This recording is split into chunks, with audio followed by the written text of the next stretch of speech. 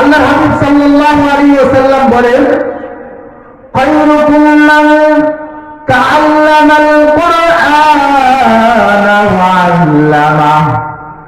এই পৃথিবীর মধ্যে শ্রেষ্ঠ মানুষ তারাই যারা নাকি আল্লাহ রাব্বুল আলামিনের কোরআনে কারীমের শিক্ষা করেন এবং শিক্ষা দেন।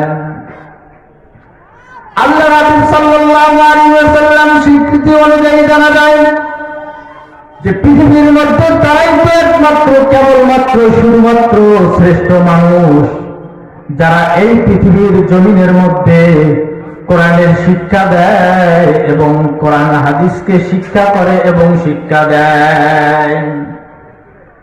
আল্লাহ রাব্বুল আলামিন কোরআনে কারীমের মধ্যে বলেন, ইয়ারফা'ুল্লাহু আল্লাযীনা আমানু মিনকুম ওয়াল্লাযীনা উতুল ইলমা দারাজাত।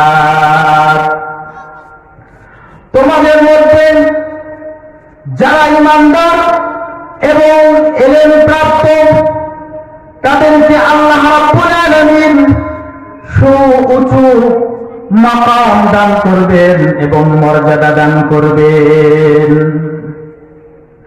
তাহলে বোঝা গেল পৃথিবীর মধ্যে উঁচু স্থানের মধ্যে আল্লাহ রাব্বুল আলামিন দান করবেন ওই সকল ব্যক্তিদেরকে যাদেরকে আল্লাহ রাব্বুল আলামিন কোরআন হাদিসের ইলম দান করেছেন।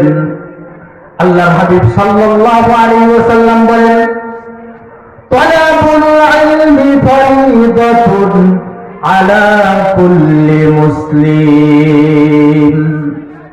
দ্বীনি ইলম শিক্ষা করা প্রত্যেক মুসলমানের উপর ফরজ।